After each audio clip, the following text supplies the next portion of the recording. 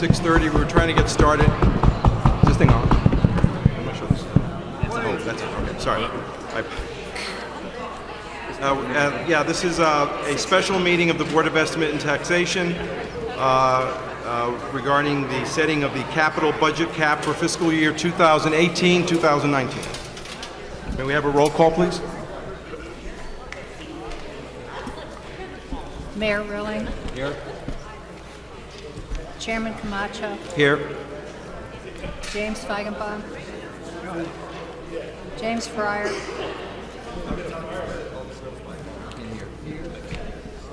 Troy Gilleret. Here. Artie Kasimis. Here. James Page. Here. 7 present. We have a quorum. Okay. So there's the one item on the agenda is to set the capital budget for fiscal year 2018-2019. Pull it closer to you. Pull it closer. All right, we're going to have the mics closer to us, but if everybody could refrain from discussions while we're conducting the meeting, it'll be a lot easier to hear. Thank you. Could you hear me now? Much better, okay. So the only item on this agenda for this special meeting is the setting of the capital budget cap for fiscal year 2018-2019. I believe there's a motion in connection with that. Okay. Yeah. The motion is the capital budget for... Do you want to read that, Tom? Sure. The motion is the capital budget for fiscal year 2018-19 should be capped at $83,793,000, with the amount to be bonded and repaid from the city's general fund at $58,107,000. The difference of $25,686,000 will be financed from grants and other non-general fund sources. I made the motion. Who made the motion? Jim Feigenbaum made the motion. All in favor? Aye. Opposed? Abstentions? The motion carries. At this point, there being nothing further on the agenda, we are going to be moving, we're adjourned, and we'll be moving into a public hearing in connection with the operating budget.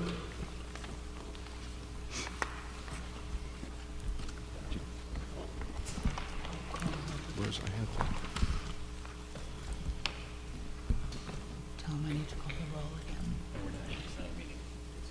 Oh, it's a hearing. Okay, got it.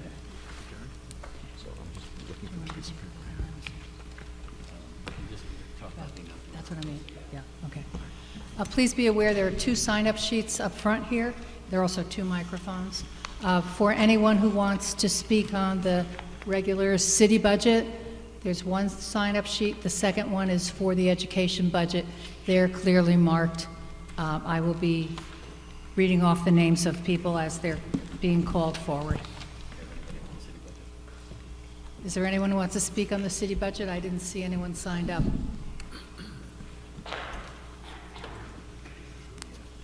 Nothing? Generally, when we have a large crowd, we'll have the city budget and the Board of Ed budget. Right now, no one has signed up for the city budget, but out of respect for some people who may be late, may not be able to get here in time, who may want to speak on the fire department, police department, or DPW, or some other city side of the budget, we'll ask the department heads to remain here for a short time until we see how this unfolds. And we also, for people wishing to speak on the Board of Ed budget, we expect to have a robust and healthy discussion tonight. We'd like you to keep your comments to 3 minutes, be respectful, be civil, and we'll let you know when you have 30 seconds left, and then ask you to start wrapping up your comments. So, should we get the list? We have the list, and we're going to get started in a moment. I do want to say that over the past several days, we've had some discussions, continuing discussions, on how we can move closer to the Board of Education request and the city's allocation at this point. We've had some productive discussions, and There will be no vote tonight on setting the cap on our budget, but we will be having a meeting next Monday night, at which time the cap on the operating budget will be set. Whether or not the Board of Estimate and Taxation asks the Common Council to increase the cap or not, that will be decided on Monday night, and then they'll be transmitted to the full Common Council. So that having been said, is everyone that wishes to speak, have they signed, or have you signed that list? Because we're about to retrieve it, and, We have some. I have some. oh, you do have some of it, okay, great, It's still there. okay. So you wanna go? Robert Ayala.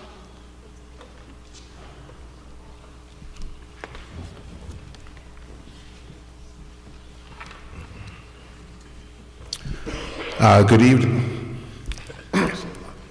Good evening. My name is Robert Ayala. I reside at 42 Raymond Terrace. I'm also the Dean of Students at Brian McMahon High School and a full-time civics and AP psychology teacher. In my duties as Dean of Students, I work with the school's administration on a daily basis to deal with the school's most challenging students. These are not the students who would necessarily be successful in any environment. These are the students who require extra care, extra attention in order for them to be successful. This hybrid position offers me a unique perspective on the workings of the high schools and the potentially devastating impact that could arise from a failure to fully fund the school district's budget request. Every day that I work with students who are struggling, I see teachers who attempt to deal with these students in a one-on-one situation before they ever attempt to involve guidance counselors, myself, or the school's administration. A budget that does not fully fund the needs of the schools means that we are cutting the important support services needed for our struggling students at precisely the time when the nation is becoming more aware of the need to focus on the social and emotional well-being of our students. Failing to fully fund the budget requested the district means it puts the district in a position where it would be forced to choose between hiring enough teachers to support student academic progress toward the increased graduation requirements and keeping enough guidance counselors to man the front lines in the battle to support the social and emotional well-being of our children. As we put students under more and more stress, we need to provide them the proper support lest we cripple their progress. What stressors are these students facing? The focus from the very first day of high school, and even before that in middle school, seems to be to prepare students for college readiness. In the past few years, we've not really had an alternative pathway available to students who were not going to attend college. As the district has developed the awareness that there needs to be alternative pathways for students, we are now in peril of not funding those pathways. The state of Connecticut has increased the graduation requirements from 20 to 25 credits. The Norwalk Public Schools has tried to be proactive and get out ahead of this, but we currently do not have enough teachers at the high schools to run the program of studies which can help students reach the 25 credit requirements. Students are aware that the new requirements are coming, but they're spending more time in study halls than ever, and they are falling off the 30 pace seconds. through no fault of their own. I asked the Board of Estimate and Taxation to fully fund the Board of Education's requested budget. Rather than forcing the district to cut corners, I believe that we should ask our fellow residents to invest in our city's school system. I believe the investment in our schools will pay dividends for the city through more productive schools and eventually an increase in property values as we become a city people choose to live in. Thank you. Thank you.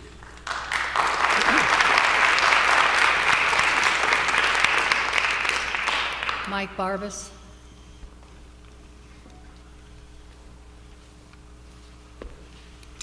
Good evening. I think you all know me. Mike Barbas, Chair of the Board of Ed. I'm here to represent our 9 Board of Ed members. We're elected city representatives. We're running a school system. It's the city's single biggest expense item.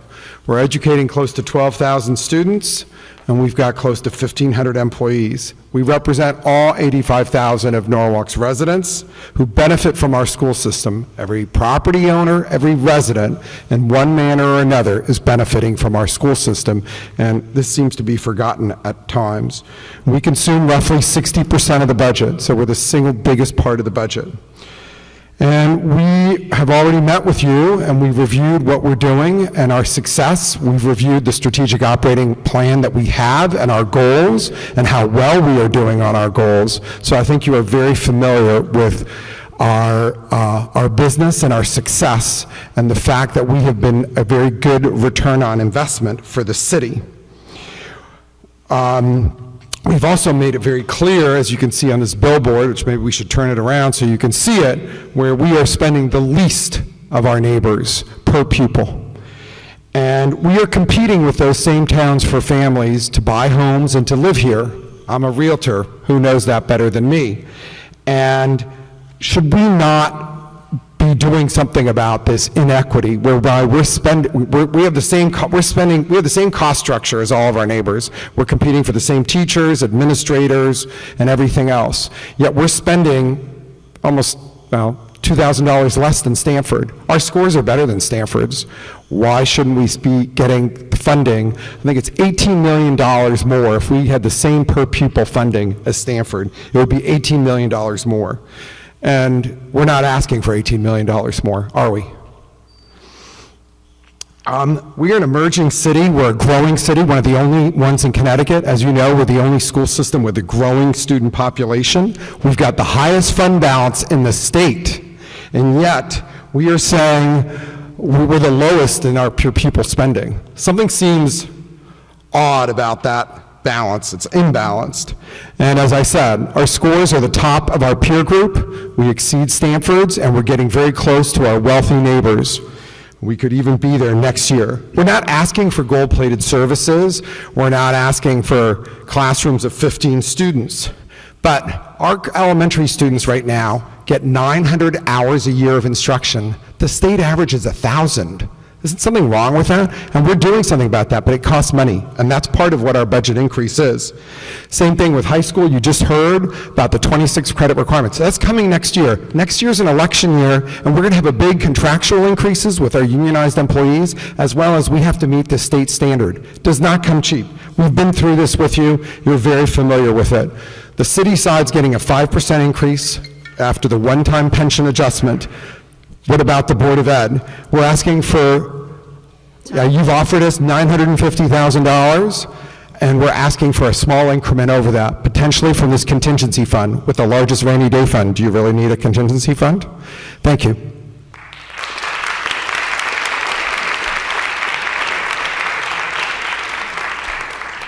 Mayor Jordan.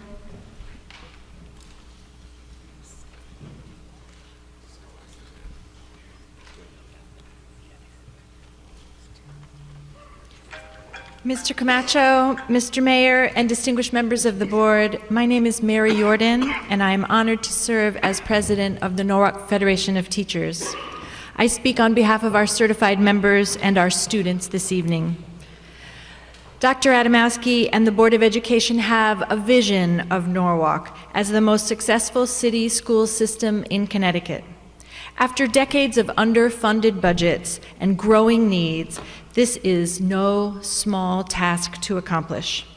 They have identified and prioritized critical needs in the district, including special education, updated staffing, new strategies, curriculum, resources, and training in many subject areas and grade levels.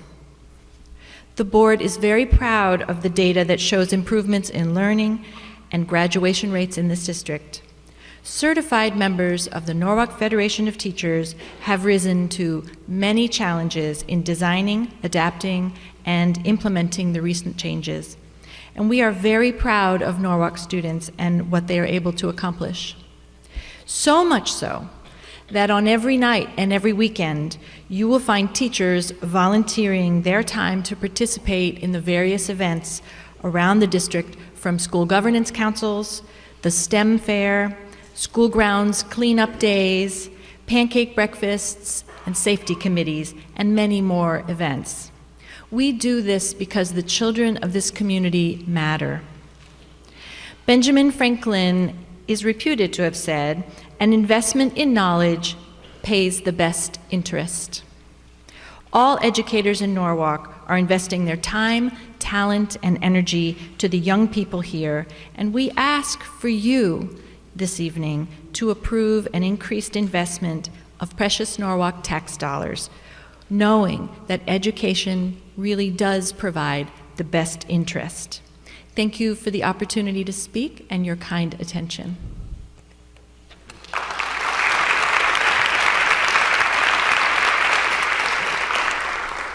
Charlia Gilman. Good evening. My name is Charlotte Gilman, and I live in Rowayton, Connecticut. And I am fortunate enough to be a kindergarten teacher at Marvin Elementary School. I take my job very seriously. I love my kids, and there's something worse than my taxes being raised, and that would be for one of my children to walk away from my classroom at the end of next school year with me knowing that if they had just a few more hours of that one-on-one attention from an aide in my classroom, they would be on goal, ready to go to first grade next year. We are faced with more challenges every year. We have children that come to school who are socially and emotionally not ready for learning. I have 2 non-English speakers in my classroom that can speak about 100 words of English. Other than that, I have about 9 other bilingual children. I'm great at what I do, but I'm not a miracle worker. I am asking you to fully fund, or at least give the Board of Ed as much money as possible to support the programs that they currently have in place and to add to the programs that they need to meet the needs of the children in this town. So please give that careful consideration, because I truly believe that every child that leaves, many children, they just don't come ready for kindergarten. With the beginning of the year testing this year, I had 45% of my kids ready for kindergarten. Last year, I had only 33% of my kids testing ready for kindergarten. We have a lot of ground to cover to get them ready for first grade. I can't do that by myself. It's just basically impossible. I invite every single one of you to come to my classroom and really see what goes on there, and you would be amazed. But we have a lot of territory to cover, and a teacher with 22 kids can't do it by themselves. So I am begging you from the bottom of my heart for my children and this town to support the Board of Ed's financial needs. Thank you.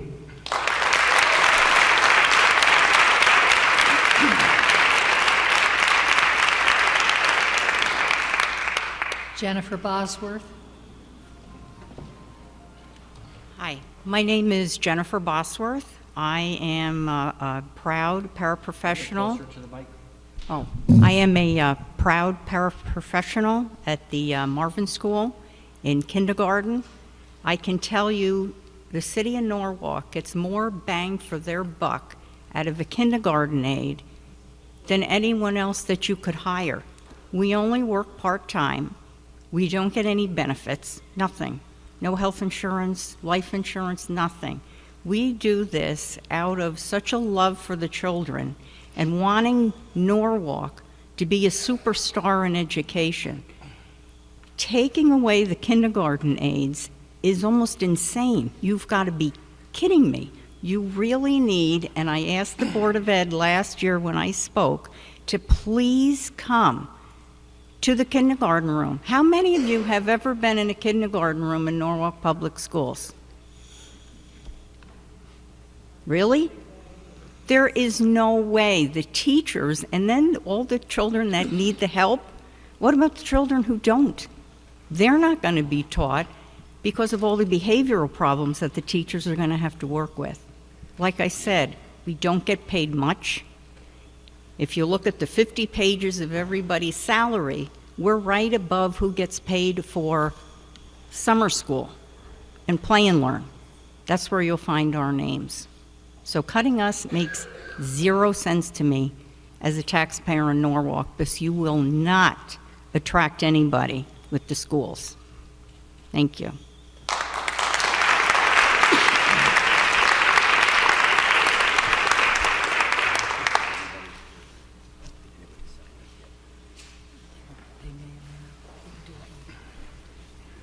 Scott Hurwitz.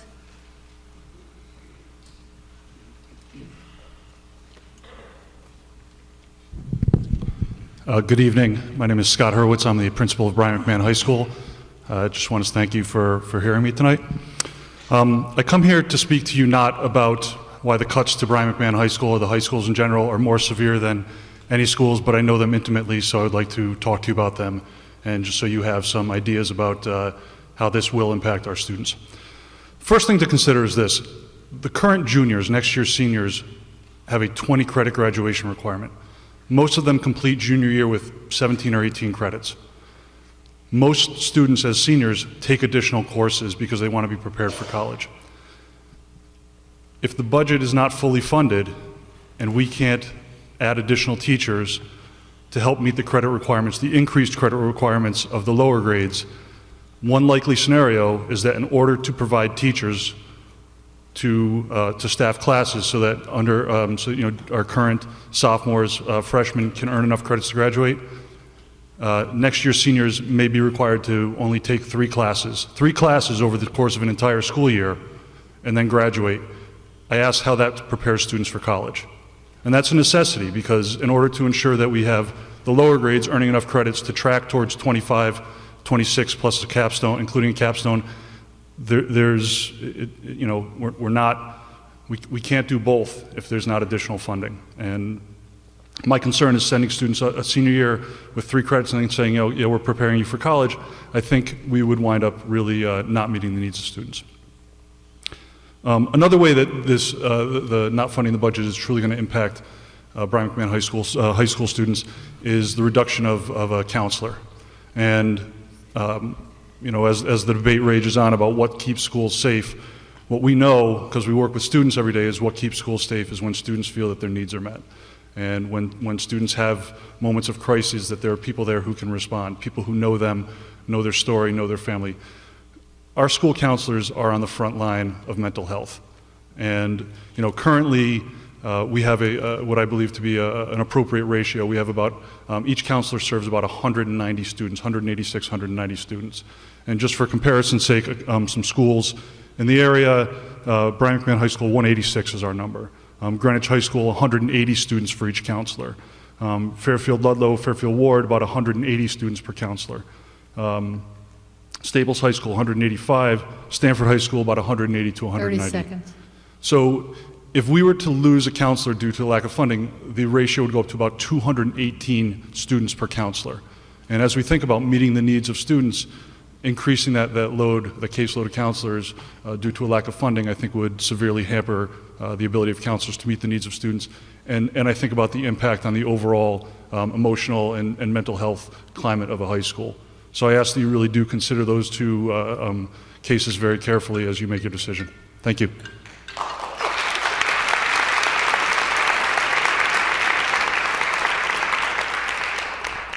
Tom Hamilton.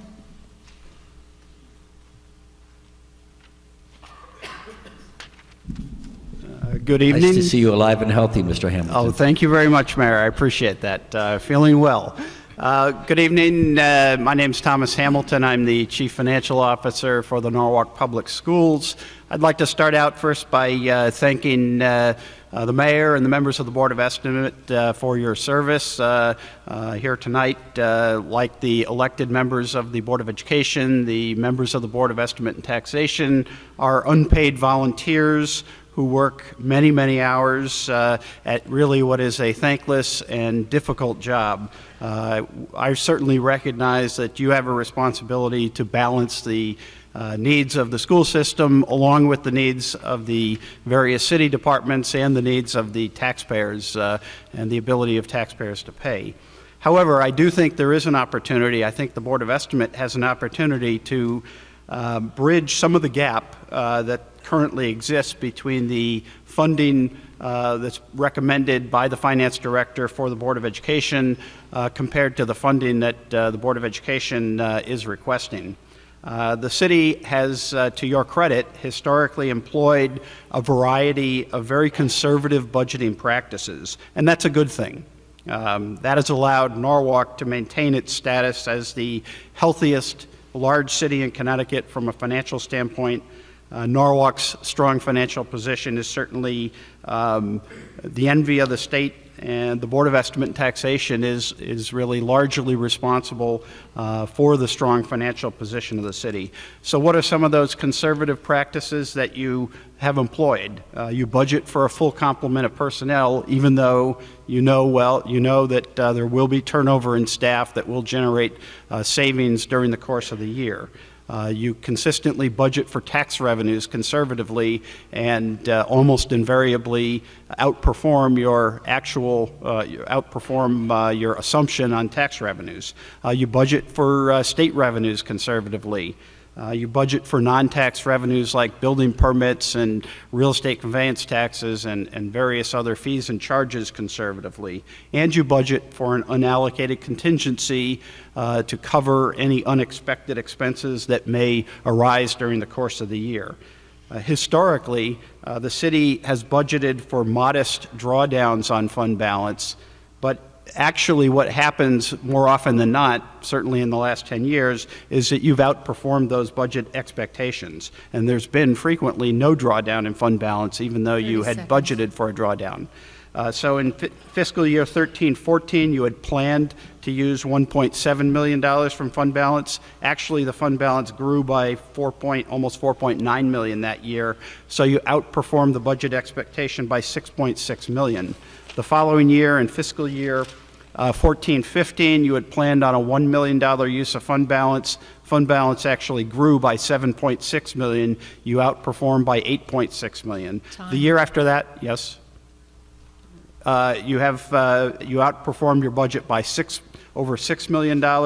And for 16-17, you had planned on a use of fund balance of $2 million, but actually fund balance grew by almost $4 million, so you outperformed your budget by almost $5.9 million. Just to put your fund balance in perspective, at this point, there's one community out of 169 municipalities that has a fund balance in excess of $50 million. That's the city of Norwalk. There's one community that has a fund balance more than $40 million. That's the city of Norwalk. There's one community that has an unassigned fund balance more than $30 million. That's Norwalk. It's only once you get down to $20 million that there are 15 other municipalities, 9% of the total in the state of Connecticut, that have fund balances of $20 million or more. The next closest municipality is Bristol, which the statewide data is as of 15-16, had $28.7 million in their unassigned fund balance.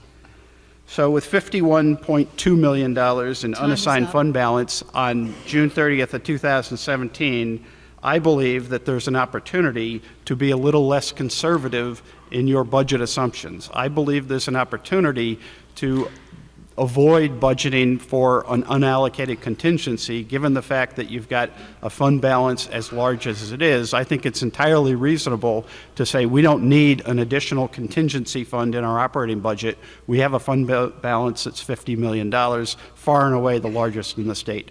So my recommendation would be to look to be less conservative at this point, given the the state of the city's fund balance and your excellent work over these past number of years of maintaining the city's financial health. Thank you.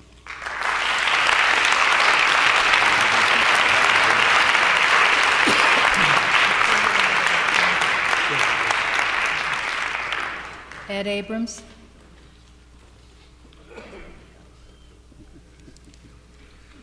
Good evening. My name is Ed Abrams. I reside at 20 Morgan Avenue here in Norwalk. I am also the president of the Norwalk High School Marching Band Parent Association. That role gives me a unique perspective on 180 students inside Norwalk High School and the impact that the strategic plan has had upon those students.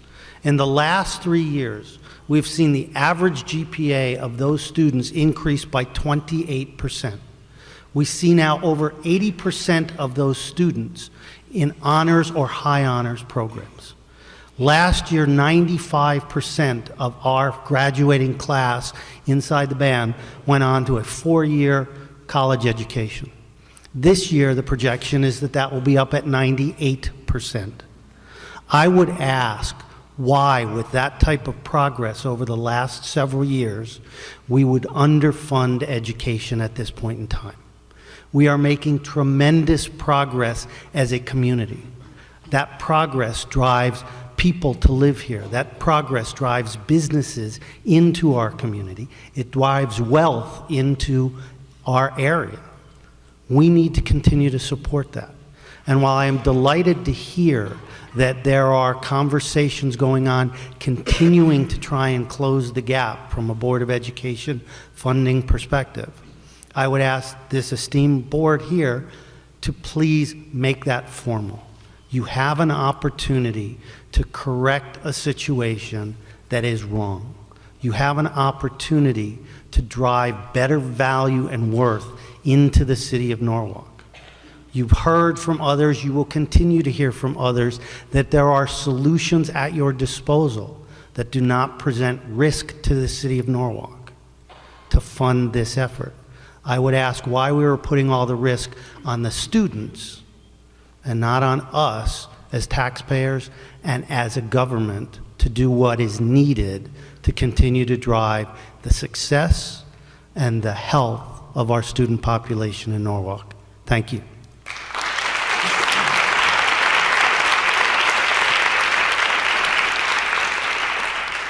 Rebecca Riddell.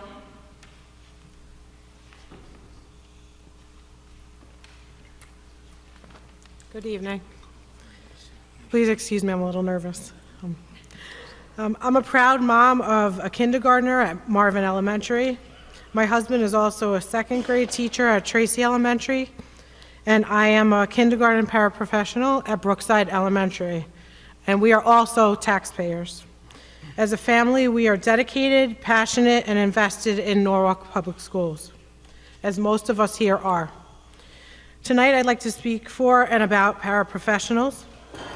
If the Board of Education cannot fully fund its budget, then these positions are in danger of being eliminated. Kindergarten paras in particular are not only caregivers to children who are strangers to the elementary school environment, but we also are trained to provide reading intervention to children who are most challenged in this area. In some cases, we as paraprofessionals learned the new reading intervention programs before some of our teachers. That was 3 years ago. Some of us took it on and we were nervous, and we learned the skill, and now we have seen the outcome of how it's benefited our children in our classrooms. Paraprofessionals spend our days multitasking for all of our students, not only academically, but socially and emotional needs as well. The students and parents deserve the support that we provide to these students. For some of these students, receiving hugs and structure is something that is greatly lacking in some of their everyday environments and in their lives. I ask that you help to ensure that the BOE is fully funded so these support systems can stay in place. Thank you so much.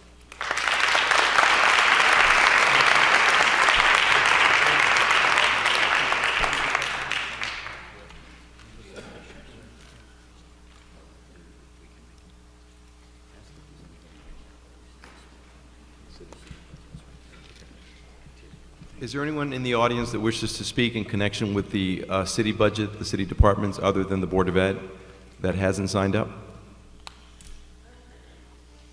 Okay. There doesn't appear to be any.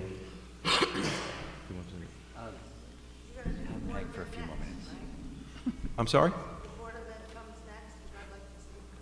Yeah, we just want to see if there's anyone on the city that wants to speak on the city budget that hasn't spoken, because the department heads are here and we'd like to be able to dismiss them at some point so that they won't. Well, we're going to continue with the Board of Ed, yeah. Laura Leckie.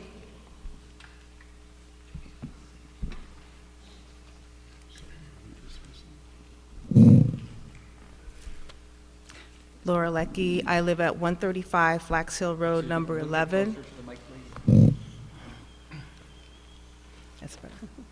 Good evening, Mayor Rilling and board members.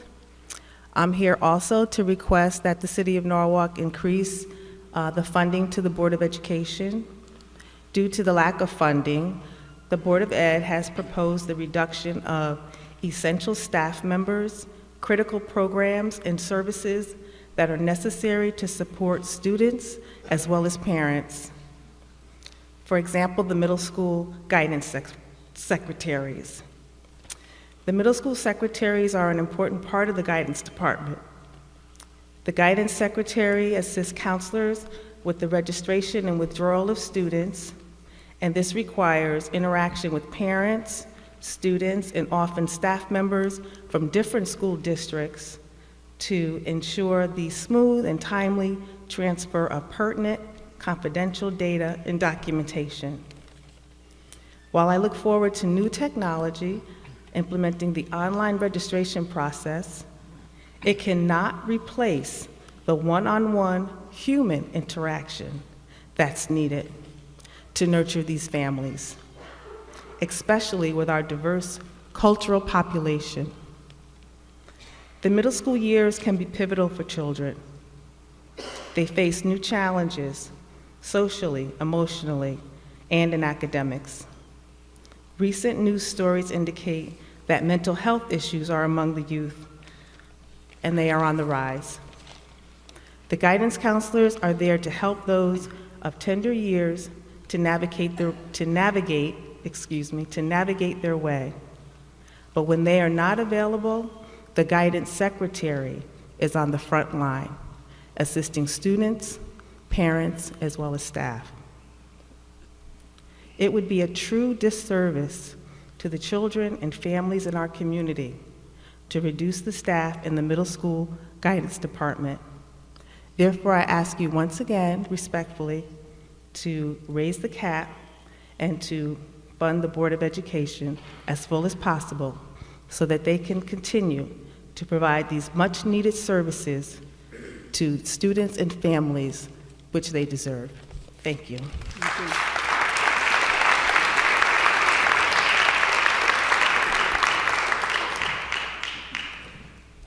Joe Giandirka.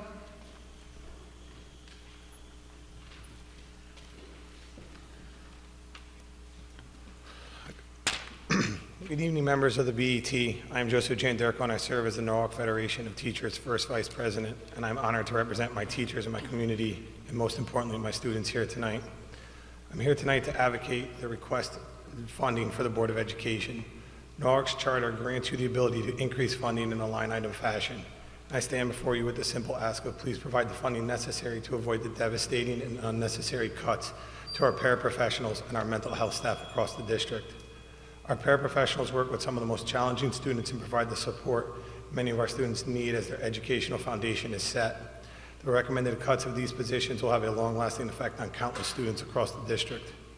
In the wake of Parkland, Florida, and even here in Norwalk this past week, school safety and mental health issues must take precedence over some of the elements of the strategic operating plan. Our guidance counselors do a tremendous amount of work at the middle school level. They work to serve the students, their families, outside agencies, and the various other staff members throughout the building. They are an indispensable force, and they are badly needed. Don't allow them to be cut. A cut to our mental health and guidance department will endanger students, staffs, and families. I've spoken at nearly every single Board of Ed meeting for the past 2 years.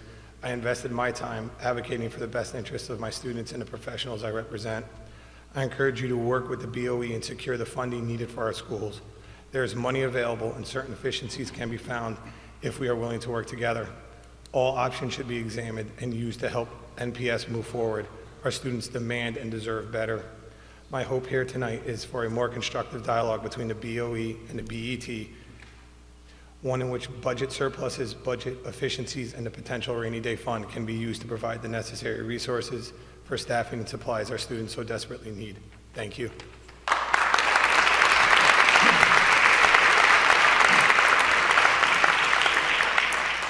Eric Niederer.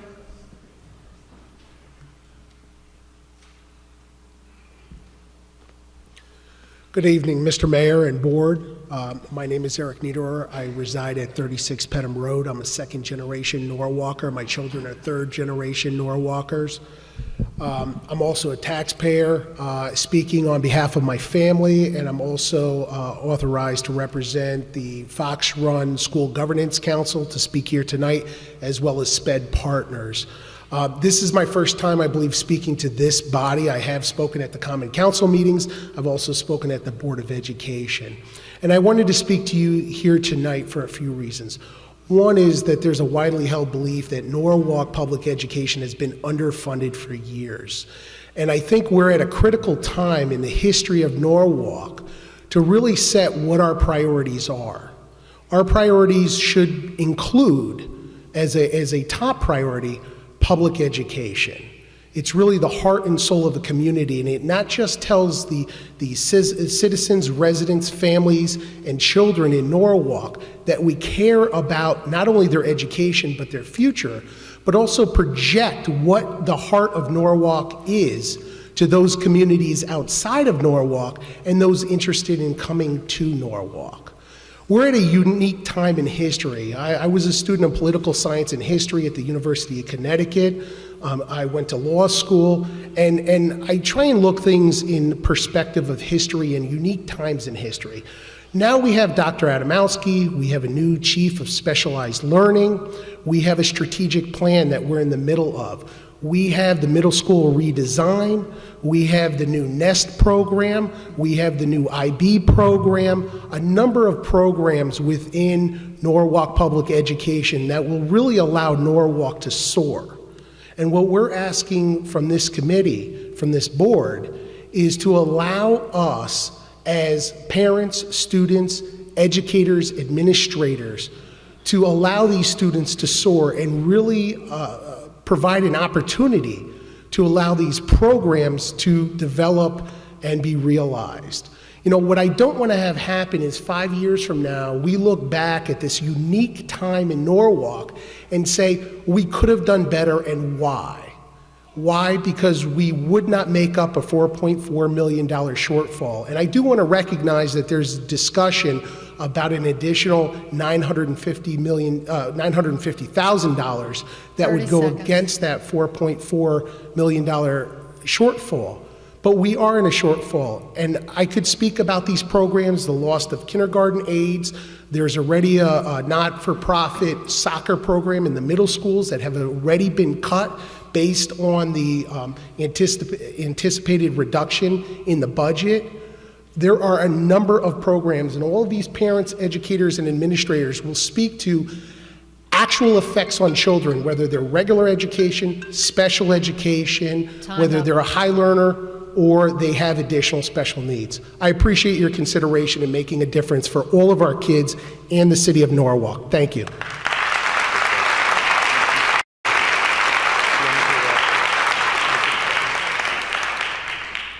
At this point, if there's no one else interested in speaking on behalf of or in connection with the city department budgets, the department heads are free to leave if they are so inclined.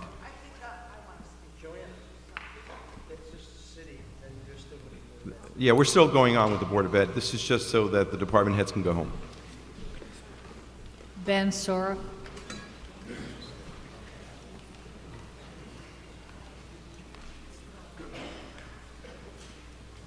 Hi, my name is Ben Soroff, and rather than repeat what I said last year and what's already been said, I'd like to focus on sort of the big picture. When we talk about foreign aid, people say, why are we sending money overseas when we should be spending it in our neighborhoods? But if you explain to them that if you take countries and you give them money so that they foster democracy and they're healthy, they don't start wars. Taxes, nobody wants to pay them. But when you explain to them what they go for, the fire department, the police department, the hospitals, they say, okay, don't cut that, don't cut that.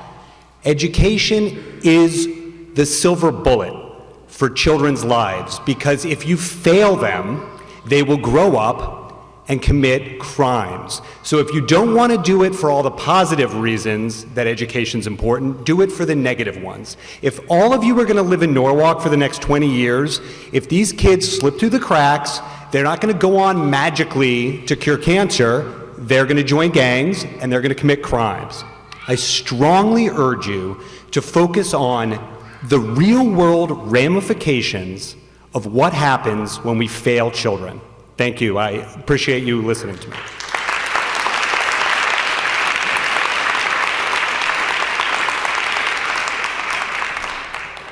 Douglas Peoples.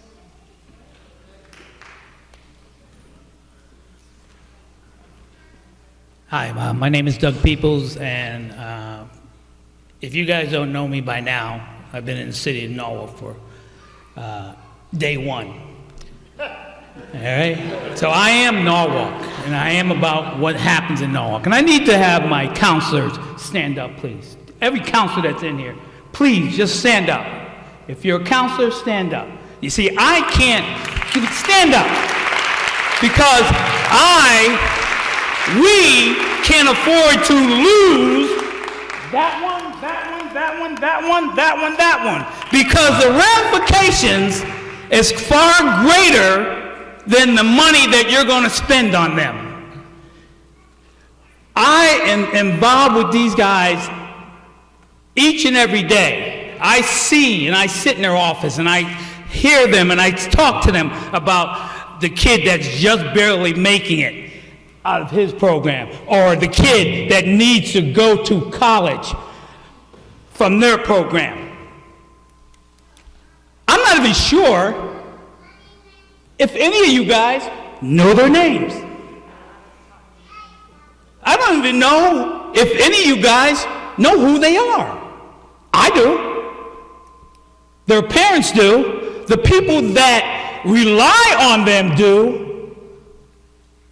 You need to understand, you cannot, and I don't know budgets or money and all that.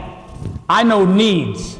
And I know the needs of this community, of these individuals. I know the needs that our kids from here and going forward, they need these guys. And you guys will come and go, and a board member will be voted on and voted off. And the superintendent will go and get a better job for better pay, but these guys will be here. Day in and day out have they been for the last umpteen years, making it good for the kids and the people of the city of Norwalk. Our values in Norwalk are going to stay the same. But if you don't fund them, I guarantee you, things will change. Thanks.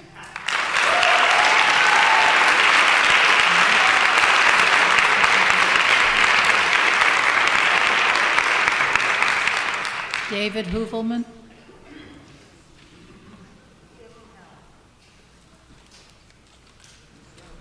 Mr. Mayor, members of the Board of Estimate and Taxation, I'm David Hoovelman. I live at number 10 Buckingham Place.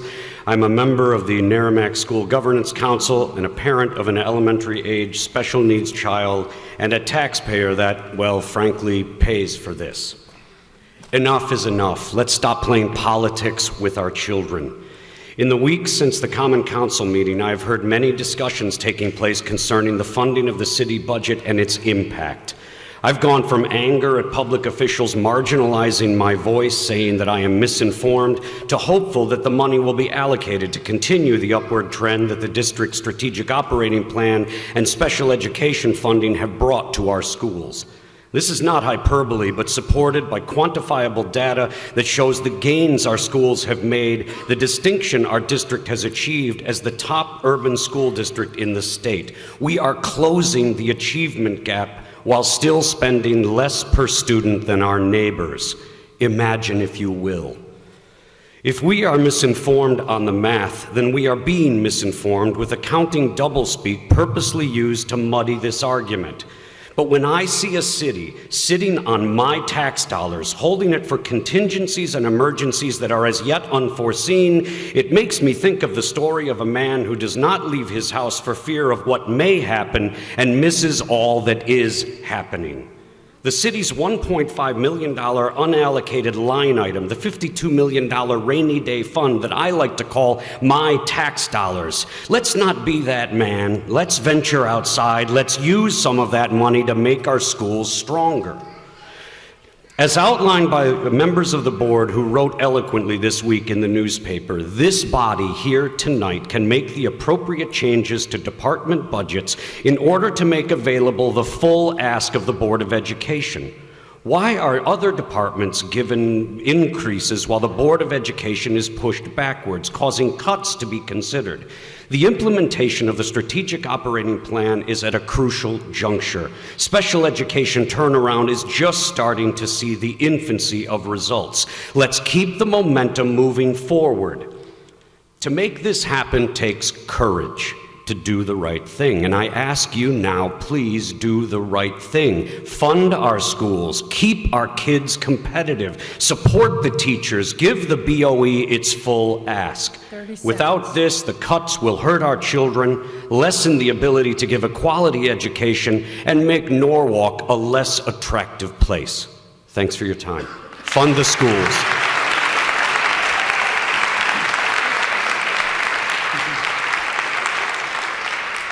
Bruce Kimmel.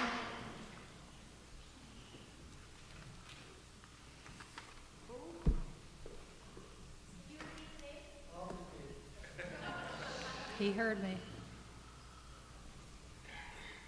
And I thought my hearing was going. Bruce Kimmel, 9 Toilsome Avenue, also a member of the Board of Education.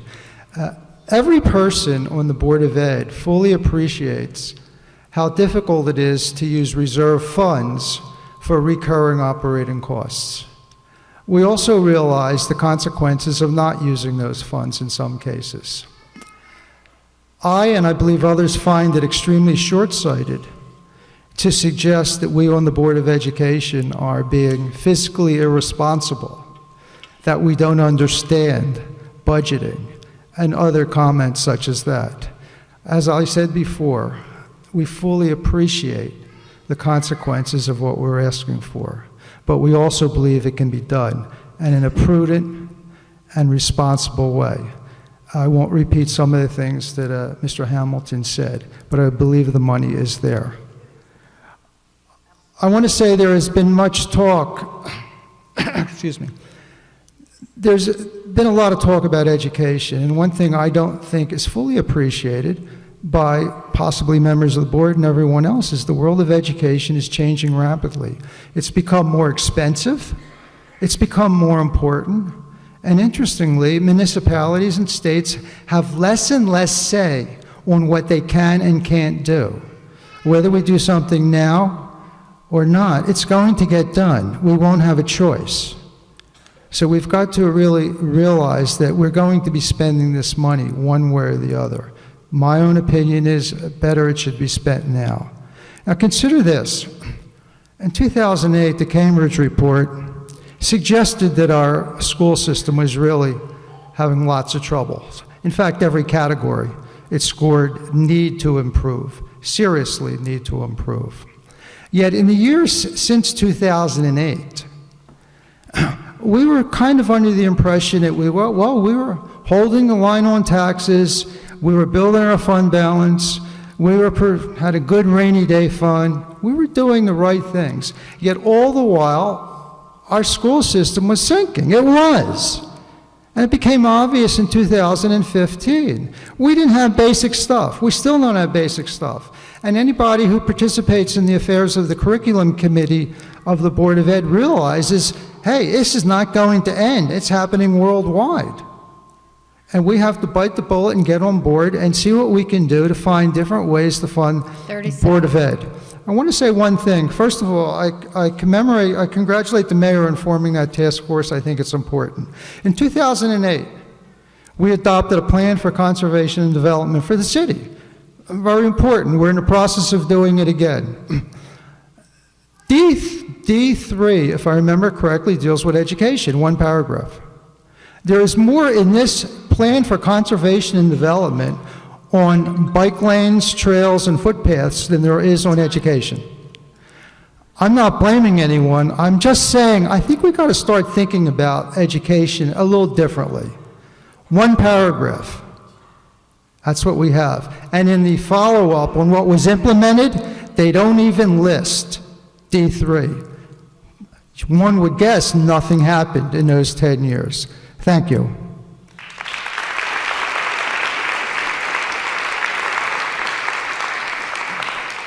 Sarah Lemieux.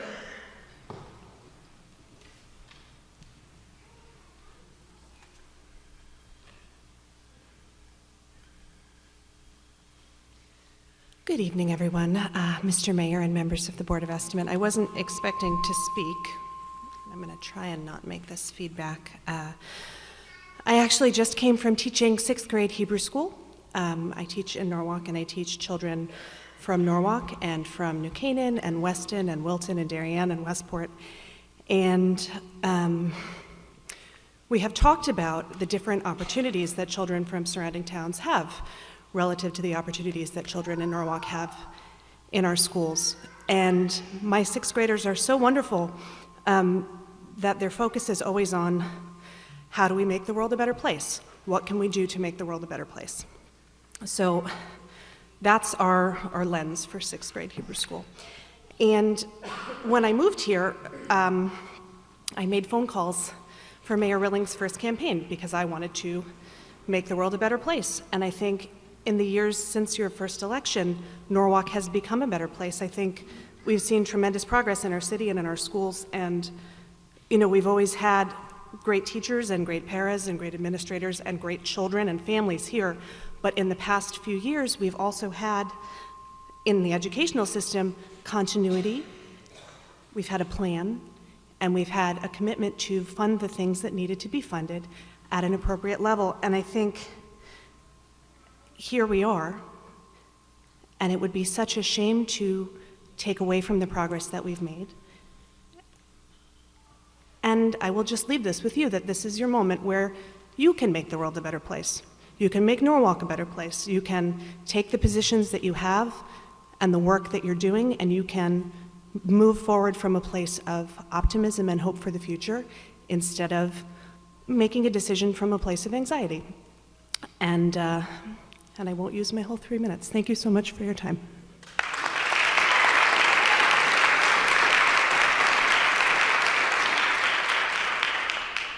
Barbara Meyer Mitchell.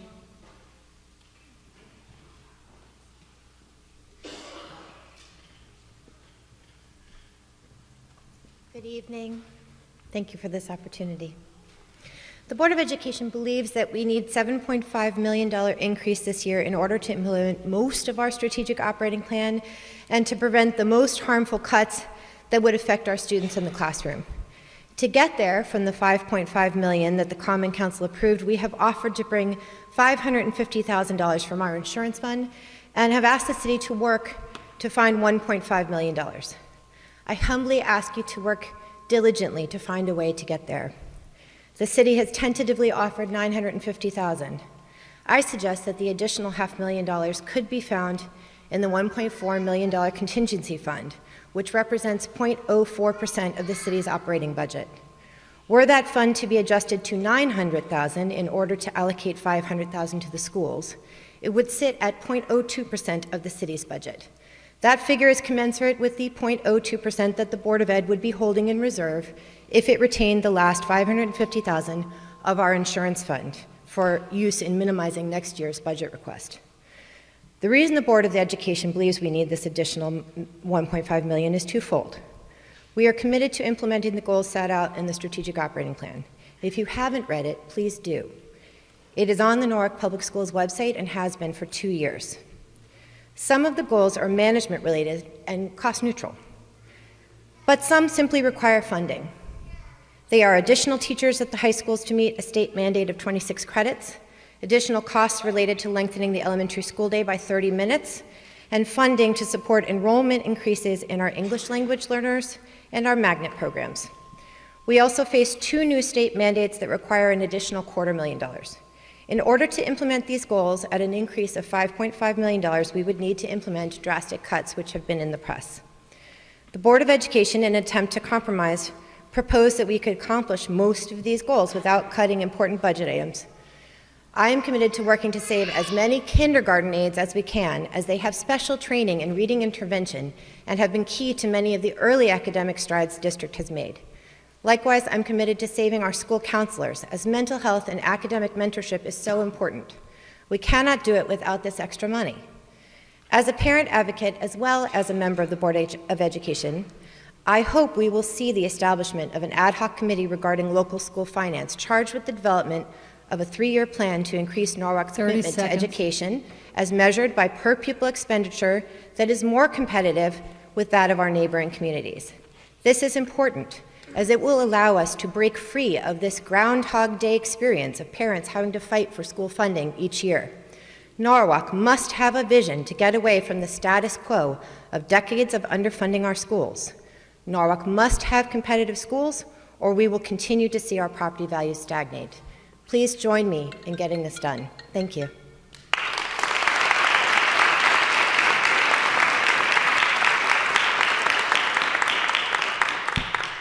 Megan Hopkins.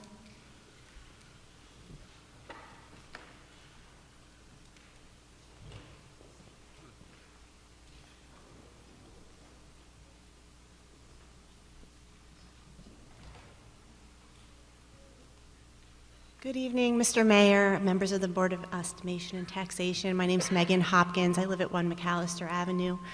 I'm a taxpayer. I'm on the governance committee at Columbus Magnet School, and I'm co-president of the PTA at Rhoton Middle School. And most importantly, I'm a mom to Mary Kate and Tim, and I'm tired.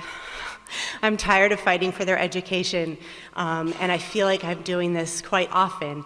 So I have to apologize to my fellow budget warriors and to you, Mr. Mayor, because I have to recycle my speech because I'm too stretched to write my third speech in about 6 weeks to a city council in Norwalk about why you should fund my kids' education. So every year that I have this opportunity, I'll call it, to speak to one of these committees, I've told the story of how my husband and I planned to move out of Norwalk back in 2005. We had learned the reputation of the school and thought that we needed to get out of town before our kids entered elementary school because we wanted a top-notch education for them. But then 2008 happened and we couldn't sell our house for what we had paid for it, and all of a sudden we had a kindergartner. So we started out at Columbus Magnet School and we loved it. We were absolutely hooked. And we found that there's a lot to love about Norwalk Public Schools. And our children could be successful here in a way that they couldn't be in other towns. Today we have a 4th grader at Columbus and a 6th grader at Rhoton. We've recently renovated that house and we're not leaving. We're committed to raising our family here in Norwalk. When I addressed the Finance Committee back in February, I asked that they consider funding the Board of Education budget as an investment in the future of Norwalk. The improvement of the Norwalk Public Schools will be an investment in the city that will pay off in the long run. Having a strong school system will result in higher property values for all taxpayers and an improved reputation for Norwalk.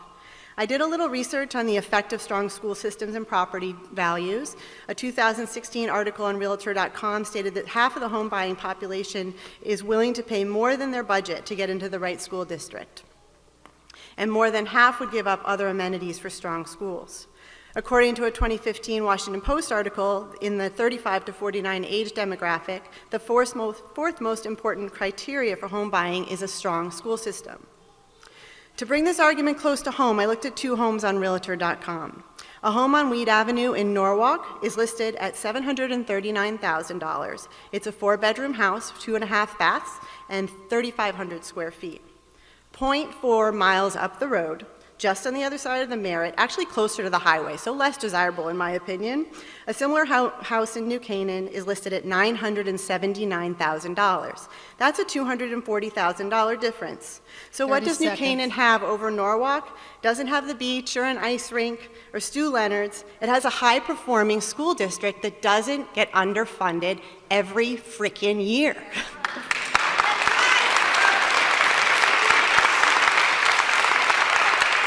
So I ask that you please take into consideration the voices that you're hearing here tonight, that every other night when we fill the rooms in this city hall, that are asking you to tap into the rainy day fund that is my money and everyone in this room's money. Our schools deserve it, our kids deserve it, and all of our property values will be improved if you make this investment. Thank you.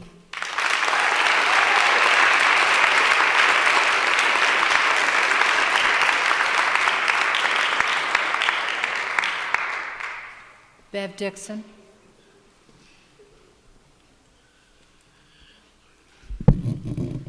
Good evening, everyone. My name is Beverly Dixon. I live at 140 West Cedar Street here in Norwalk.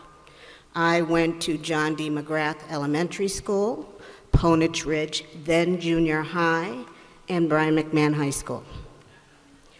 My sons went to Columbus Magnet School, Nathan Hale, and Rhoton Middle Schools, and they also went to Brian McMahon High Schools. So we are true Brian McMahon alumni. This is my community, I am a taxpayer, and I love my city. I am also the president of the Norwalk Federation of Educational Personnel, NFEP, as you can see by our blue t-shirts. We are here today not only to discuss the cuts, which the major cuts are for our paraeducators, our guidance counselors and secretaries, and also our housemaster secretaries, but we are here just to say that we are here to support our community. We are here for our students. We have never given up the fight to teach our students properly. We work well with our teachers. We're there to assist them. We are paraeducators. That is our job. That's what we love doing. So what happens is that if you cut all of these positions, that puts strain on the teachers. Because teachers, from a kindergarten perspective, how can you handle children coming into a classroom that they've never had to deal with so many kids at once and learn at the same time? It's a strain. The paraeducators and the teachers work together. That is their job. We want a diverse community, have a great educational system. That's what we want for our students, whether we live in Norwalk or not. The teachers, the staff are all here to help our students and to build a better community. So instead of trying to cut the funds, let's not take one step 30 backwards. seconds. Let's take 2 steps forwards and not 1 step back. Thank you.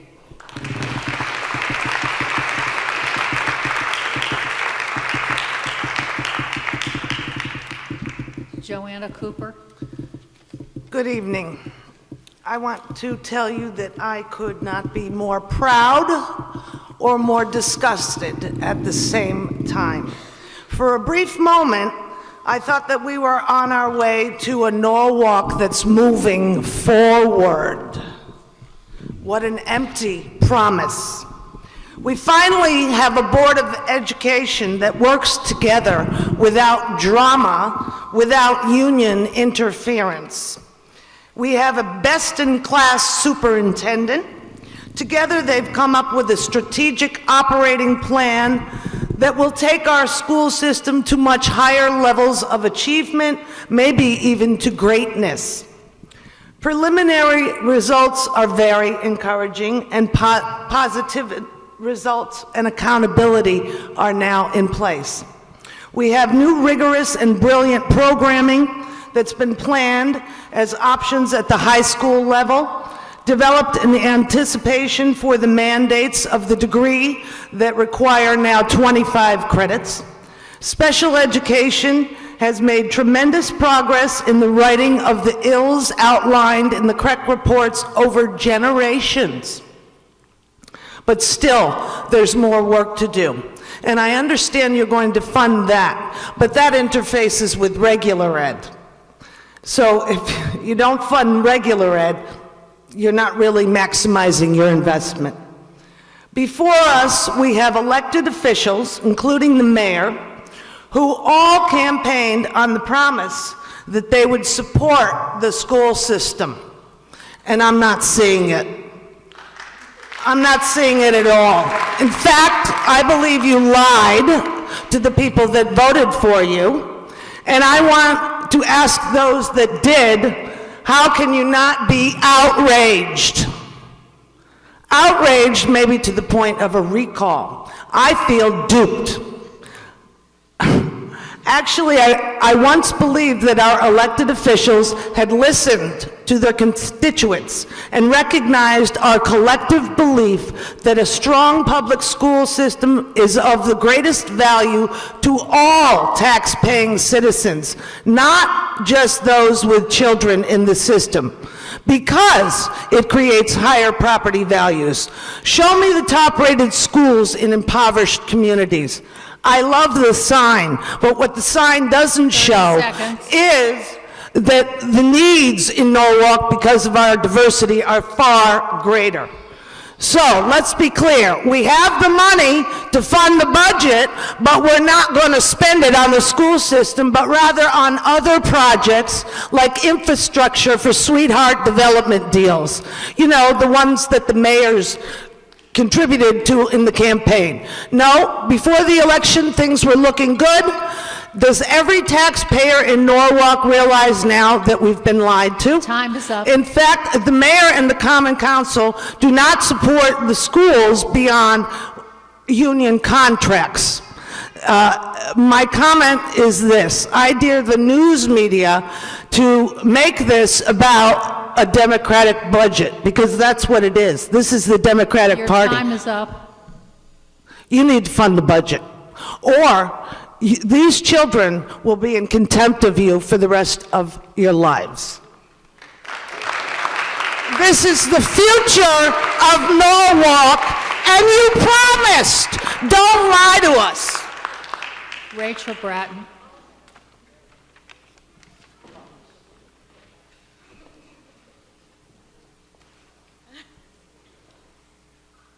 Good evening. That's a tough act to follow. I wish that I had written something. I don't have anything written. My name is Rachel Bratton. My family, my husband and I, we moved our family here 3 years ago. If it is of any impact, I want you to know that I've owned homes in 3 different cities, and being a taxpayer in 3 different cities, I've never, ever attended a meeting like I'm doing tonight. This is the first time. I didn't know what this would look like. I didn't know that I would feel impelled to speak, but I do. I guess I just wanted to come before you and tell you that I have a teenage son who started at Norwalk High this year. He's my stepson, and he came to live with his father and I this past summer. We couldn't have been more thrilled, but the challenges of being thrown into parenting a 16-year-old boy very suddenly, I'm not quite, maybe bullfighting, I'm not quite sure. Very challenging to assimilate him into a new community, a new school, a new family setting. The amount of support and time and dedication and passion that I've gotten from the guidance counselors, specifically his guidance counselor, Dr. Dosmo at Norwalk High School, it's unfathomable to me. And the thing that brought me to my very first meeting tonight to tell all of you is that when I heard that the funding may not be there to support the guidance counselors that we have presently, I ran to my car. And I said to my husband and to my son, it's important. This is important. This is just as important as the rallies that happened. This is your voice being heard. And I want you to hear my voice and tell you that in today's age, in today's world, in our world in Norwalk, the challenges that face our teenagers are not just getting into college. When I was a teenager, I maybe tried to sneak a Zima at the school dance. 30 seconds. You know, there are lots of Facebook memes out there about, remember when we were kids and we were told to drink from the hose, and we were told to come home when the lights went on in the streets? That was really my childhood. The childhood of my 16-year-old is the exposure to illicit drugs, to rampant sexuality, to weapons, to violence. That's the reality of our children, and without guidance counselors in our schools to help fortify the values that we're enforcing at home, I'm really afraid that they would be lost. Thank you for your time.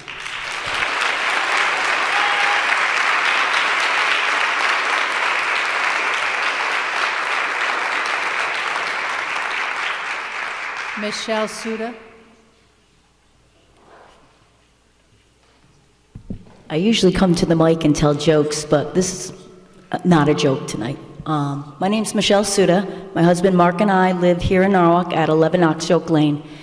We have two daughters who both attend Norwalk High School, and I'm going to speak two-part, as a parent and then as an educator who's been teaching at Marvin School for 23 years. As a parent, I again am going to speak on behalf of the guidance counselors here in the room.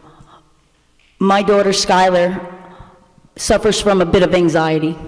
Last year she suffered a severe concussion which caused her to miss 3 months of school during her junior year. A big year, a year in which the grades need to be up, SAT scores, and it was her guidance counselor, Dan Sullivan, who made a big difference. The best.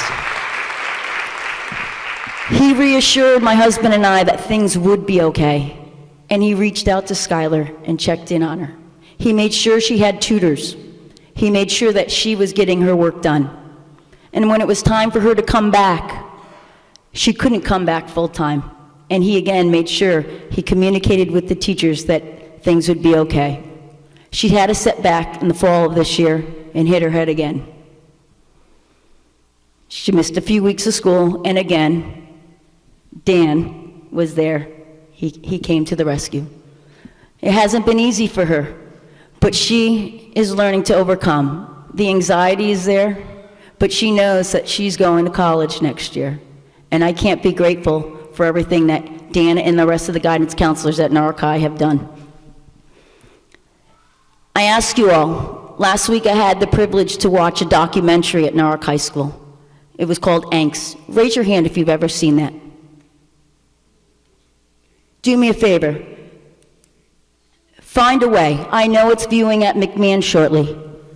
Take time out of your busy schedule, as many of us did.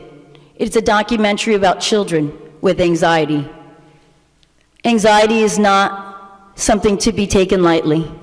Anxiety is serious, and children with severe anxiety sometimes commit suicide. So when you think about cutting these counselors, go do the research. Go watch this.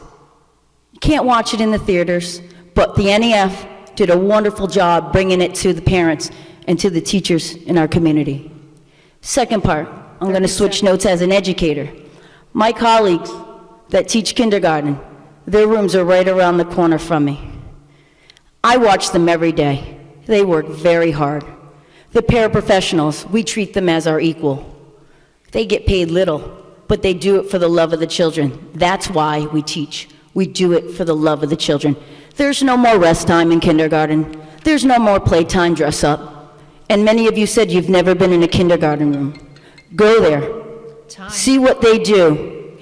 See what they do. We welcome you. We open our doors every day. Don't come and say you raised your hand, you've done read aloud for Dr. Seuss Day. Come in, spend a day, be a para for a day, and then you'll reconsider cutting their jobs. Thank you.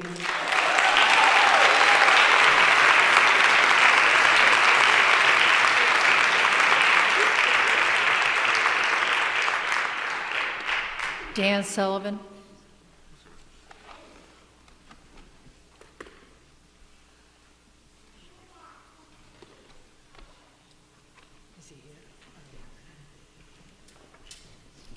Good evening, and thank you for your time and service as well. We generally appreciate it.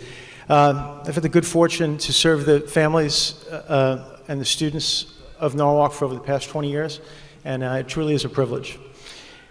As school counselors, we value the contributions of everybody here tonight, everybody in this room, everybody in our school district, as we ask for more funding for the Board of Education.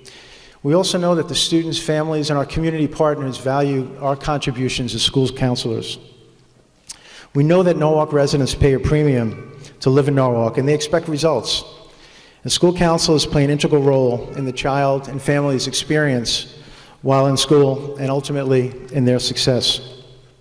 The role of the school counselor is comprehensive, and we're a common denominator in the child's experience as we try to personalize each and every day for them.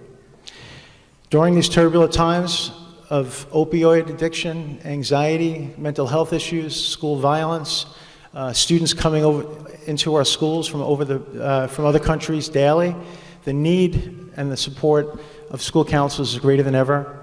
And we implore you, we ask you for your support as we try to keep the great momentum that we have going in Norwalk and to try to keep our young people happy and healthy. Thank you.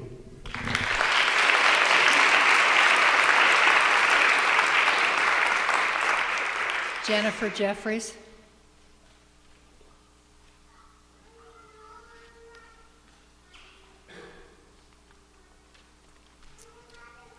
Good evening. My name is Jennifer Jeffries. I reside at 59 Russell Street. I'm a taxpayer. I'm a parent of a second grader at Marvin Elementary School and a soon-to-be kindergartner. I am the parent co-chair of Marvin's School Governance Council and an active member of the PTA. And like many people here, this is now the third time that I come to stand before you and ask you to further fund our schools. I appreciate the progress that has been made so far, and I hope tonight that we can get closer to fully funding our schools. As you know, due to the reductions in the 2018-2019 operating budget, the Board of Education has made proposed budget cuts. To be clear, I do not favor any of these cuts, especially in a district that is already spending less money per pupil than all of our neighboring districts. But tonight I'd like to speak specifically about the impact of cutting programs and individuals that directly impact the educational achievement and mental health of our youngest children.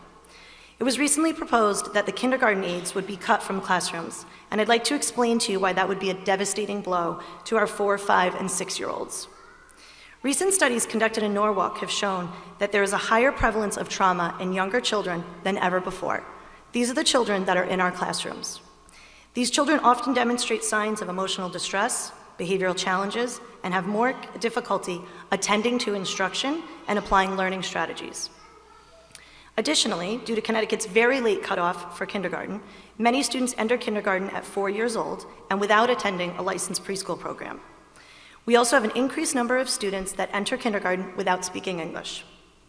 Simply put, these children need more attention and more resources, not less. Paraprofessionals that are in these classrooms can provide this support to all children.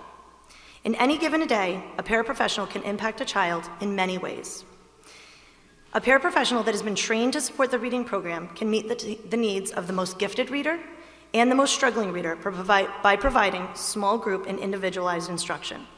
They can work with small groups of students to provide specific and differentiated instruction in math and writing. They are able to support whole class learning by monitoring behavior and offering assistance to students with social and emotional needs.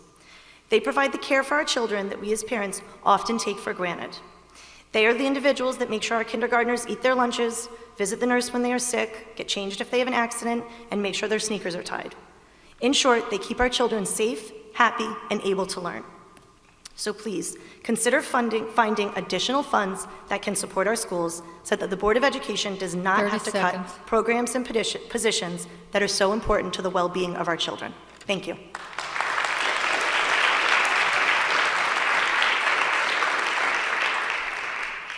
Nate Sheldon. Good evening. My name is Nate Sheldon.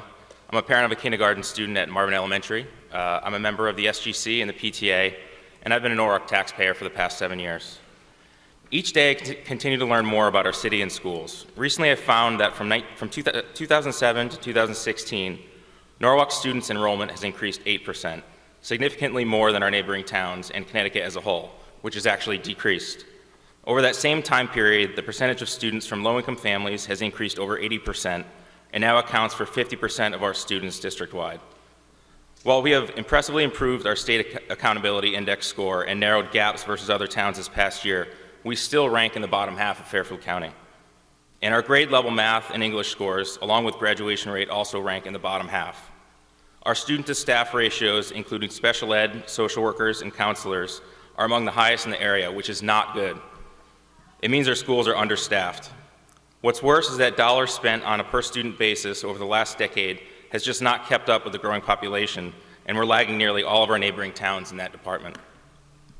The strategic operating plan was designed to make our schools more competitive with some of the best schools in Connecticut by tackling these exact issues, and it has proven early success this past year. So why are we not making the full investment for the students and families that need it the most? We need to increase investment where it has been lagging in order to close these gaps. Now, I'd like to think that we want to attract families to Norwalk who make our revenues much more dependable longer term, as opposed to short-term revenues from people who use Norwalk as a temporary landing ground. Well, what better way to do this than invest in our schools to benefit their children? Once these students graduate and become competitive in the workplace, and then start families of their own, you'd hope they'd choose to settle in Norwalk, having already been through our school system and achieving their own success, allowing them to reap benefits of a strong school system once again with their children, all the while adding even more stability to the city's revenues. We could have this compounding effect within our schools and the city's revenue base. This really is a necessary long-term investment, and we're in a great financial position to do so, as I'm sure you're all very aware. Let's make this happen today. If we don't, we'll be pushing families away and our schools will begin to deteriorate.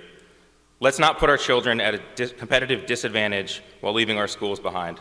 Please reconsider the proposal before you and keep the strategic operating plan on track. Thank you for your time.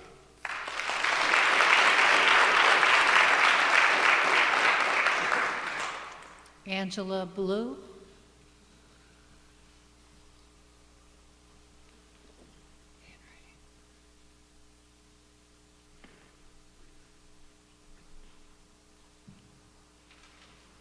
Good evening.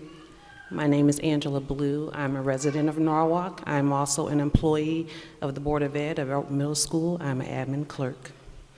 I'm also a parent of a daughter that attends Brian McMahon High School. I want to start by giving you this quote by our 44th President, Barack Obama. We have an obligation and a responsibility to be investing in our students and our schools. We must make sure that people who have the grades, the desire, and the will, but not the money, can still get the best education possible. I'm an admin clerk at Roten Middle School. And in my position, I tell people all the time, some days I'm a counselor, I'm a nurse, I'm a social worker, I'm a custodian, and some days I'm the AP. The money that you are not giving our Board of Ed decreases the effects on the home front. I find it hard to believe, as a taxpayer in Norwalk, that we don't have the money to afford to keep our staff in sports in the school. Me being an admin clerk, my phone rings many days. So I want you to think about something. I'm going to assume that everybody up here is a parent or a grandparent. You call the school. You expect to get an answer, you want to pick your child up early, maybe you heard something in the news happened, and you call and you never get an answer. And you don't get that answer because there's been cuts in the offices. There's not a secretary to answer the phone because maybe she's busy with all the people waiting in line to speak to them. So you get anxious because no one picks up the phone. Think about how you're going to feel when that happens. Being an admin clerk requires a lot of different roles that we play. And being a secretary in the guidance office also requires a buffer. We talk about the things that have been happening in Florida as far as the killings and, the suicide rate going up. And I had a parent here that was talking about anxiety. Well, who handles those issues? Guidance counselors. Social workers help buffer that. The psychologists help buffers that. Things like that often happen when you need someone to talk to and they're not available. So you're taking away that. You're taking away the conversation piece that student may need that day to help them get along. So it's not just the guidance counselors or even just the paras or the admins, it's everybody. We all work as a unit and we all help each other. And when you take away those little pieces, you put our kids at risk. I hope you think to do differently and give the Board of Education what they need to provide the best education, to provide what they need mentally, to be the best people that they can be.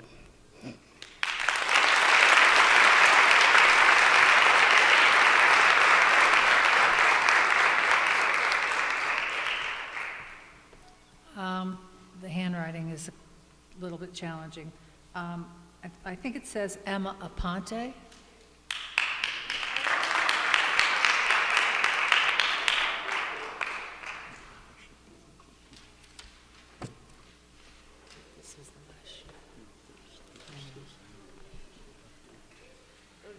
Okay. Do the thing. Hello, my name is Emma Aponte. I am a 5th grade student at Narragansett Elementary School. We shouldn't cut the recommended budget because it would damage the school system even more. Personally, I don't think the budget is even enough to educate us. You should make sure we have a proper education. We should not cut kindergarten aids. The reason is kids in my class don't listen, so imagine kids in kindergarten. As a matter of fact, I think they shouldn't cut any aids. Aids make kids successful because I had an aid and I am successful. We should upgrade our security system because schools keep getting attacked and lots of kids are dying. You should not cut the budget on sports because many kids enjoy sports and can later have it as a job.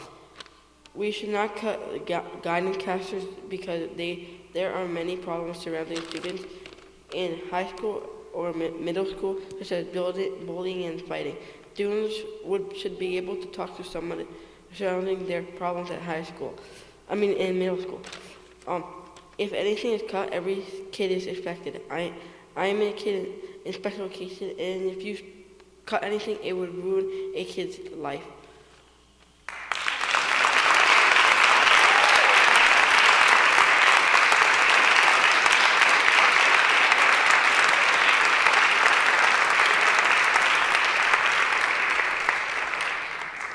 Jill Aronitis.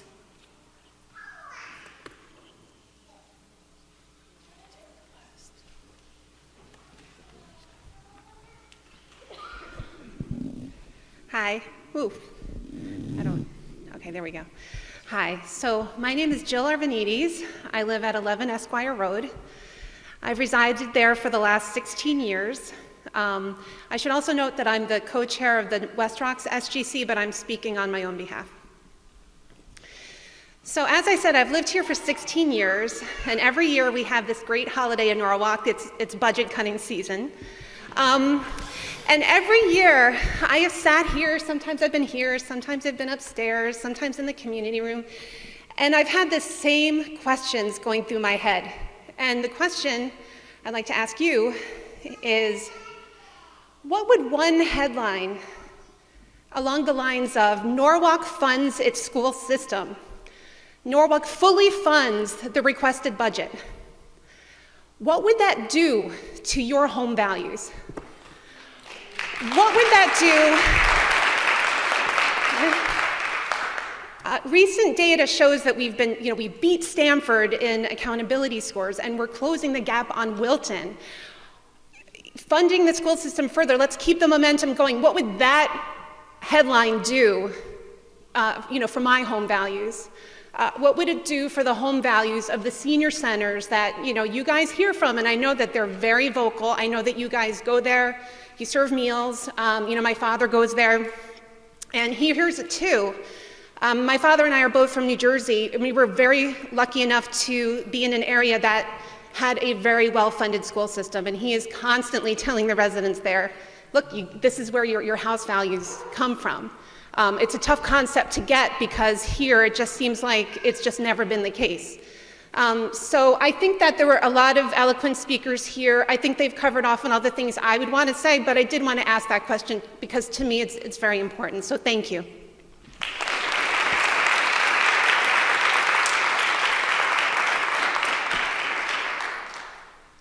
Chad Sutherland. Good evening, and thank you for your attention tonight. I just wanted to come up and speak as a counselor at Brian McMahon High School and as a member of the Student Governance Council or School Governance Council, Climate Committee. I'm in a very unique position to see the intersection of how there is such an integral role that a counselor can play in a student's life and their well-being every day.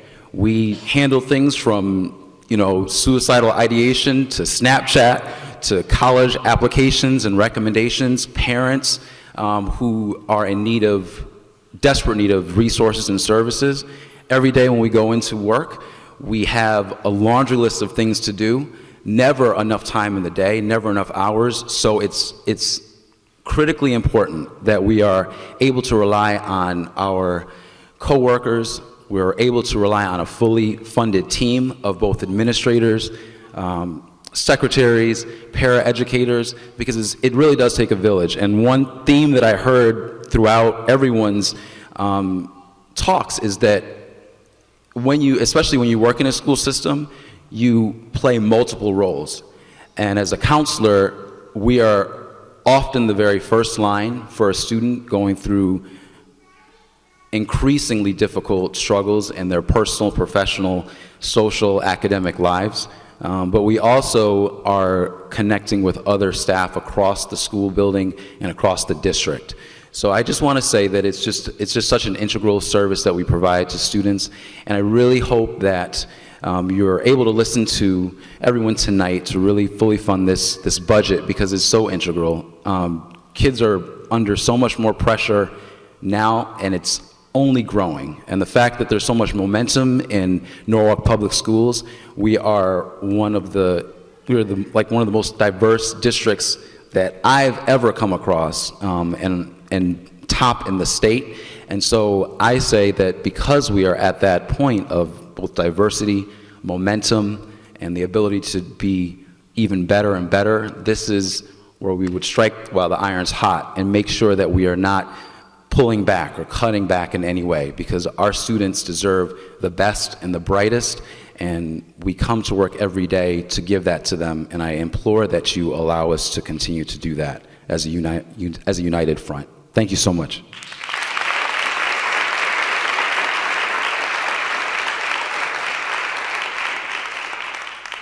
Olivia Togliarosis. Not too good, huh? Okay. Hi, everybody. First of all, I don't speak English very well, so be patient with me. I did not intend to talk, but after listening to all these people begging for their rights, I got really upset. I have two kids, twins, that are both under special education. Every time I have a PPT meeting, the teachers and the professionals hand me a booklet with my kids' rights. They say my kid has that right, that right, that right, that right. But every year I have to fight for that right that my kids, they telling me that they do have. They do not have anything if I have to fight every year for them. My daughter attends Tracy School. It's when you look at that school and you see the people there, the school looks so poor, and these people there, they are so wonderful. They are wonderful. They try their best to teach those kids what they have to teach them.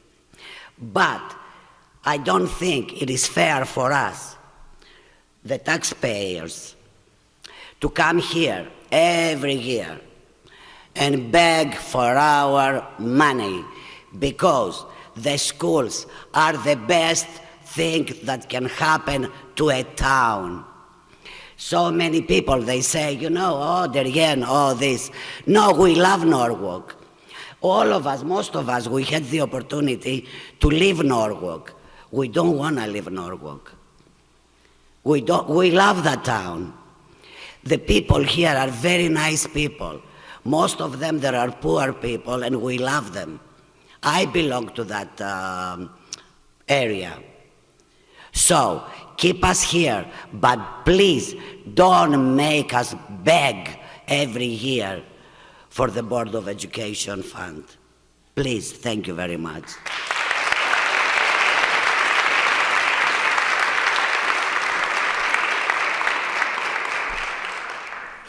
Alon Joseph.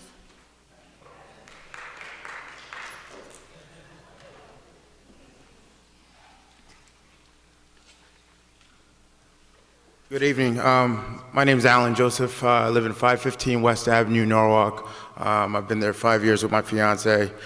I am a school counselor at Brian McMahon High School. I'm also a football coach, assistant varsity football coach. I am a head freshman basketball coach, and I really ain't planning on speaking tonight, but I am directly affected by the cuts, and I definitely don't like having people fight my own battle, so I felt I should say something. I've been a counselor for about 8 years, 4 years at Trinity, 2 years at Norwalk, where I was affected by the cuts there, a year at Stanford High School as a long-term sub, and now I'm currently at Brian McMahon. A couple of things that I wanted to talk about today, just basically, everyone asks, what is the daily schedule of a counselor, because no one really knows. Part of that is because a lot of things are confidential.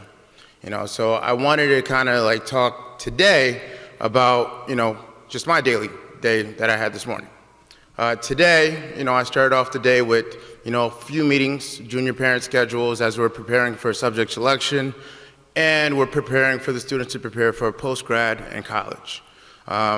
It's a very busy time in the morning, and the schedules are pretty full, as I have about 54 students on my junior caseload, and we have to have about all of them filled within 2.5 weeks. In the afternoon, I had a student come in. I'm one of 2 Creole-speaking people in the school, as I am of Haitian descent, and so I had one of my students who actually isn't one of my students, but he doesn't speak a lot of English, so he came in this afternoon just to try to figure out his schedule and figure out where he was going to next. In the afternoon, I had 3 PPT meetings, and one meeting that I, by law, had to be at. It was a very intense meeting with a lot of legalities and lawyers and things like that. But while I was at that meeting, later on, I was called in by one of my colleagues. One of my students, who got a text message from one of her best friends, was at home today, not at school. The student was at home, and this is a real story because I did not plan to speak today, was at home, and this is a very fragile and intense time for teenagers. The student was at home dealing with certain stressors that I don't know about, but she texted my student, who is her friend. She was at home with a gun loaded in her mouth today. Thank God she texted my student. I wasn't there because I was in a meeting to support that student and to game plan. Luckily, the guidance secretary had the wherewithal to point her to one of my other colleagues who was there to support her. They called the house several times. No one picked up. After calling the house and no one picked up, 30 seconds. They text again. No answer. They called the police. The police went to the house, got the girl thankfully, and sent her to the ER. I am happy that one of my colleagues was there to support that student while I was in another meeting. Tomorrow morning, I have to go support the girl, which is my student, who was traumatized by this situation. Hopefully, I have a job tomorrow that I could go do that. Thank you.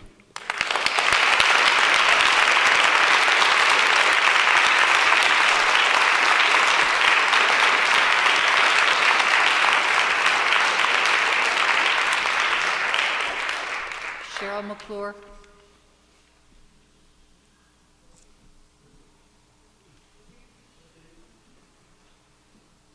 No? Cheryl McClure. No?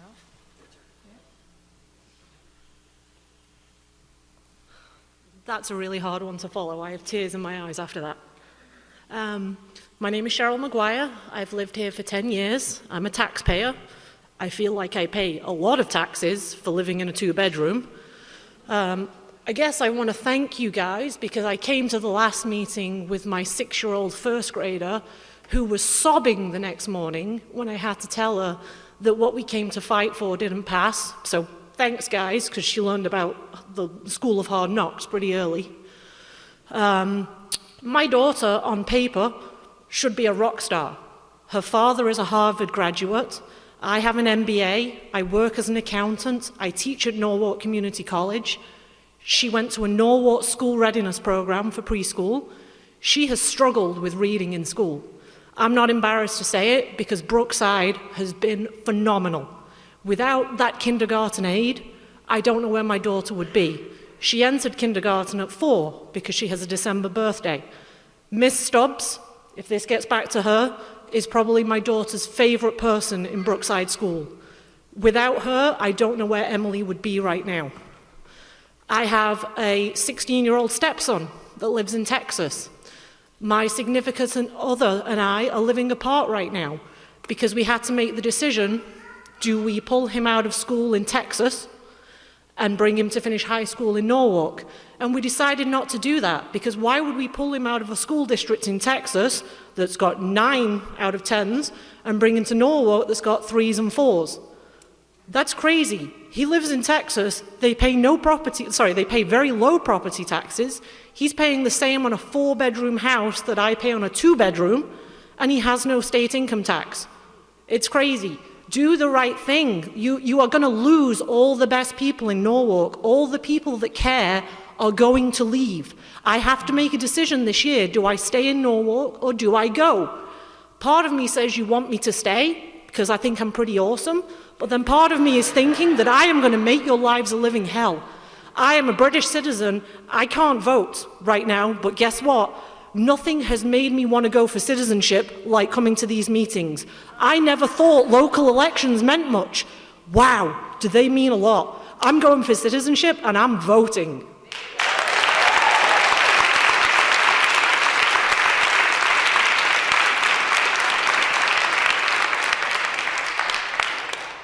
Marissa Manchon.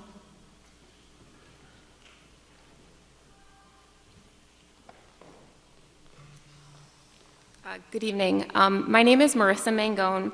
I live at 15 Ludlow Manor in East Norwalk. I am the proud parent of a first and second grader at Marvin Elementary School. I am also the PTA president and an active member of the School Governance Council. I was not planning on speaking tonight, but when I saw Doug Peoples get up and speak and ask the school counselors to stand, and I saw Mr. Sullivan get up and stand, I couldn't not speak. In addition to being a parent, I am also a proud graduate of Norwalk High School. Mr. Sullivan, though he was not my counselor, I was in B house, he was in E house, had a huge impact on my life.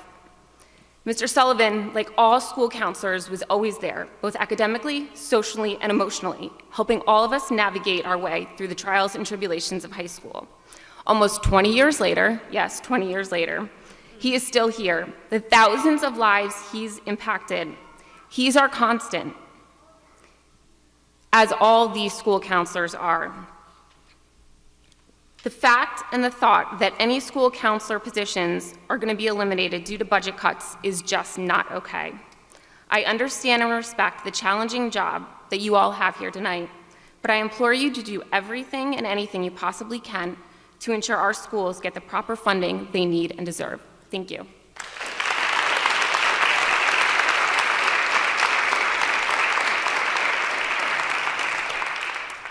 Anthony Allison.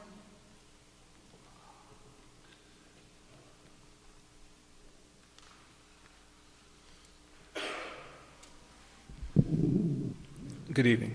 My name is Anthony Allison. I live in Norwalk on 4 Burwell Street, and I'm also the executive director of Norwalk ACTS. You know, I was listening to all of the really wonderful discussion points that everybody was presenting, and I hope all of you are extremely proud of them. I think that it takes, you know, great passion and understanding of the needs of a community overall. And we're all grateful. We should be grateful to all of the individuals that have spoken tonight. In my role as the executive director of Norwalk Acts, my job as a leader is to support the community, of which we have about 100 members, including the school district, including the city, to align resources to support children from cradle to career. And with the leadership of Dr. Adamowski and a lot of people in this room, we're doing that today. When I think about decision-making as leaders, I think about some of the historic misguided decisions that have been made that have affected many people's lives. And when I think about the decisions around, dollars and money and so forth, especially when it comes to impact on individuals, whether they be adults or children, it's staggering to me how many mistakes we've made. And it's staggering to me that when we think about human beings, we cannot make the right decisions sometimes. Even with the best data in hand to make those decisions, even with some of the best practice in hand to make those decisions, we still make the wrong decision. And that's as leaders. When I think about, I don't remember which woman it was who spoke about what would a headline look like, right? And I think about how proud the individuals that are in the room tonight speaking, how proud you all could be, and how grateful young people would feel cared about, if that decision was made to support them. And the constant that we deal with in support of children and communities is that adults are making decisions at times that are just wrong. And I've been a part of the problem too. I know that. But I'm not afraid to admit it. I know most of you aren't afraid to admit it. But now is the time to change that. 30 seconds. Thank you. Now is the time to change that. We have leadership at the school district level that we've never really had before, with all due respect to previous superintendents. I know that Dr. Adamowski and his strategic plan and the staff and administrators and guidance counselors and teachers and everybody else that work in the schools. I've worked in Norwalk in support of students and children for well over 14 years now, and I know a lot of people in this room. And I know the dedication that they have for the work that they do. Thank you. A couple more seconds. The dedication that they have for this work. I have never, in my lifetime of working in the city of Norwalk, seen greater alignment to support children than we have today. You have an opportunity. You have an opportunity to continue that. You have an opportunity to continue that. How many of you have children in Norwalk Public Schools today? Grandchildren. I know you do. I know you do. That's a staggering statement to me. My two sons that graduated from high school, and one of them had special needs, and they did a great job. I'm grateful. Just think about that. Just think about that. All these folks, the vast majority of these folks have children in Norwalk Public Schools. You have a lot of teachers here, great school counselors, etc. How do adults make decisions that don't actually affect their lives when it comes to children? How do we do that?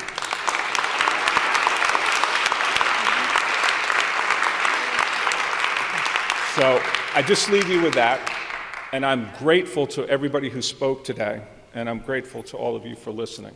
Thank you. Thank you. We're also grateful for everyone that spoke tonight. As the mayor indicated, the conversations are ongoing, and we appreciate all of your comments, and thank you for coming and contributing. With that, we stand adjourned. We're not in it. Oh, we're not in the meeting, so this is so. The workshop is closed. The workshop is closed. Thank you.